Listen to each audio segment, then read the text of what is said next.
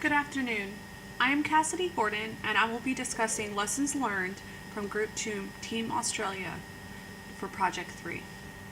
This presentation will discuss lessons learned observed through the analysis of a ransomware attack reported to the Australian cyber team during the Economic Summit. By communicating lessons learned through the incident response of this attack, Australia hopes to contribute to the overall success of our partnering nations by sharing information, enhancing the defensive posture of our networks, and minimizing the attack surface and response time to combat these attacks.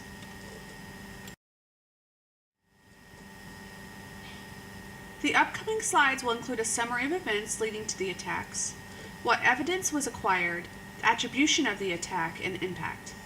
Additionally, the recovery and remediation process will be highlighted. This information will lead us into discussing what worked during the incident response, where improvements should be made, and recommendations to improve incident response and business continuity for our organizations.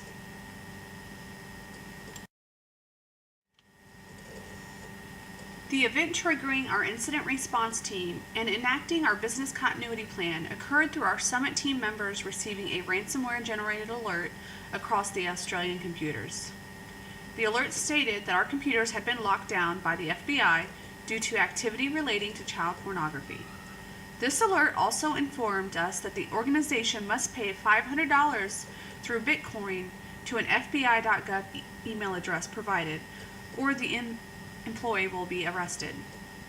After receiving a report from the employee regarding the inability to open network files, after receiving an email with an Excel attachment, the incident response team continued their investigation. Traffic was then analyzed with Wireshark to observe and record communications and attack vectors used by the malicious actor. Analysis revealed that the malicious actor shared the attack script inadvertently, revealing the password hash to decrypt access to the system. Once decrypted, the system was able to be recovered. After recovery, additional YAR and SNORT rules were constructed to better indicate in the system administrators for future compromises. The threats and attack vectors seen in this attack came from opening untrusted files. These files were opened because of poor cybersecurity awareness amongst employees, and including workforce training. Additionally, poor password controls and unpatched systems allowed for this infection to not be noticed until reported verbally from an employee. The outdated antivirus and ineffective intrusion detection systems and intrusion prevention system signatures were out of date and did not catch this email with macros coming through.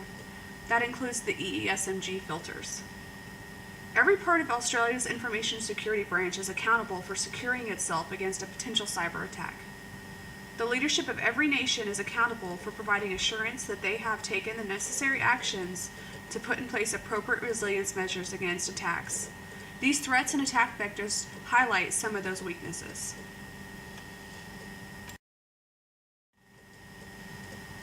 The evidence acquired throughout this investigation included the email reported by the HR employee, a PCAP file of network traffic obtained through the Wireshark application, the attackscript.txt file, the info.txt file, a cryptogram file used to hide the hash algorithm, the unlocker.exe file, and the hard drives from the infected workstation. Together, these items were used to conduct analysis and properly uncover the attack vectors from the malicious actor. At this current time, there is no attribution associated to a nation state. However, information sharing is key in order to uncover where these IP addresses link to, and to identify possible threats in the future. The impact of ransomware on an organization can be substantial. It comes down to whether the executive leadership chooses to pay or not to pay.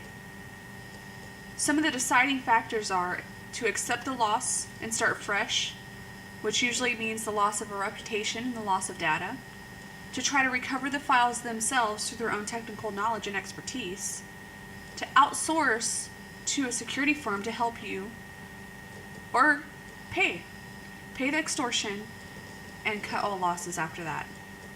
The FBI advises you not to pay. Some reasons why you should not pay include being an easy target for future attacks. You're pretty much marked like you'll do this again, so that ransomware will increase. It will get more expensive the easier target you are if you do not mitigate it. Additionally, some insurance companies cover ransomware. However, if you do not have insurance coverage for these types of attacks, it can be costly. There is also no guarantee that they will give your data back once you pay. That is also a risk that you should be willing to accept. Together, the executive leadership must determine where they would like to go forward when a ransomware attack is observed. Going back to the ransomware attack that was seen, Australia enacted its incident response team and business continuity plan. In some of the areas where the incident response team was effective included the communication amongst the incident response team, the shared awareness amongst the incident response team and executive leadership. This included routine battle rhythms of updates and situational reports, the notification of ransomware attack to external parties, and additionally the technical expertise of the forensic team to be able to decrypt the hash code and recover their own systems. Additionally, the mitigation of the threat and the recovery of assets has worked extremely well in this case. And with the implementation of the YARA rules, proactive measures were used to guard and alert against future threats. The following areas of improvement contributed to why this attack could have been prevented or identified earlier. Signature creation and modification process, the cyber awareness amongst employees, the IDS and IPS monitoring workforce and alerting procedures, operating system patching schedule, and the identification of assets to mission assurance categories. Together, these security controls failed. Mission assurance categories are used to identify how much of a priority a certain machine is in order to determine if it's worth the loss or not. Additionally, with the signature creation and modification process, alerts were not up to date, nor were they modified to see these type of events cross their filters. And also without this signature base, the monitoring of these IDS and IPS event alerts could have been more effective had they been monitored more closely. Additionally, the cyber awareness amongst employees. The first reaction of the individual who actually clicked on the email attachment was advised to just turn off the computer, which is not in accordance with the organization's incident response plan.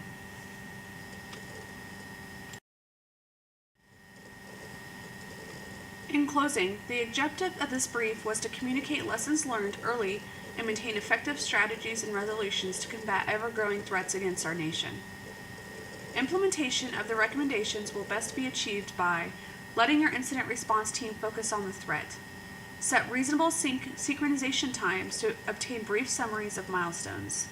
Ensuring these regular meetings occur will make sure the incident response team is effectively managing expectations and communication flows efficiently. Further, regularly test your organization's incident response plans. Do not ignore risks or the lack of standards and procedural implementations. Report them and change them. Continual employee training. As I previously stated, the initial reaction for the reported event that was targeted into the attack was to shut down the computer. If this action would have occurred, significant forensic evidence could have been destroyed or erased.